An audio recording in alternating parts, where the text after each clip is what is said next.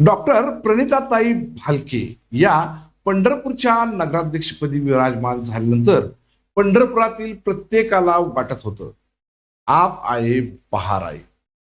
जनाब, बहार तो नहीं मगर हार गई ओ भी अपनों से. आपण यासाठी म्हणतोय की भालके गटाचे नगरसेवक फुटून स्वतंत्र गट निर्माण केल्याच्या बातम्या सध्या समोर येत आहे. नेमकं काय घडलं आणि कुठं बिघडलं हेच आपण आजच्या व्हिडिओतून जाणून घेणार आहोत. नमस्कार, मी जाकीर नदाब आणि तुम्ही पाहतात एस प्राईम न्यूज. निमित्त आहे भगीरथ भालके यांचा शिंदे सेनेतला प्रवेश. भगीरथ भालके यांनी बैठक घेत जाहीर केलं की पंढरपुरातील भालके गटाचे 11 नगरसेवकासह आपण शिंदे सेनेत जाणार आहोत. हे जाहीर होताच भालके गटातील 11 नगरसेवकांमध्ये उभी फूट पडली. त्यामुळे पंढरपूरच्या राजकारणामध्ये परिचारक गटाला आयतच जळणार कुलूप मिळालं.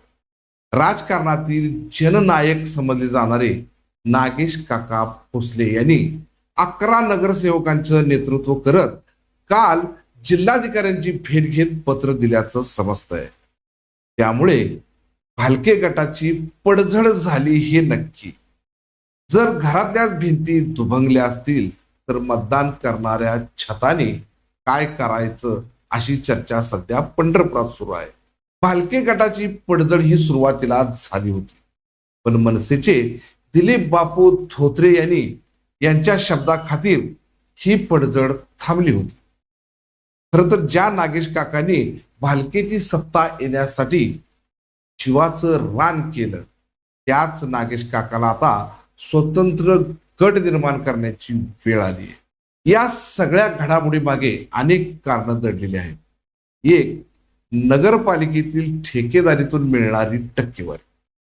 तर अनेक पक्ष संघटनातील निवडून आलेले अनेक नगरसेवक यांची वैचारिक मतभेद आणि बैठकीतून एकमत न घेता लादलेले निर्णय असे आहेत भालके गट फुटण्याची प्रमुख कारणे.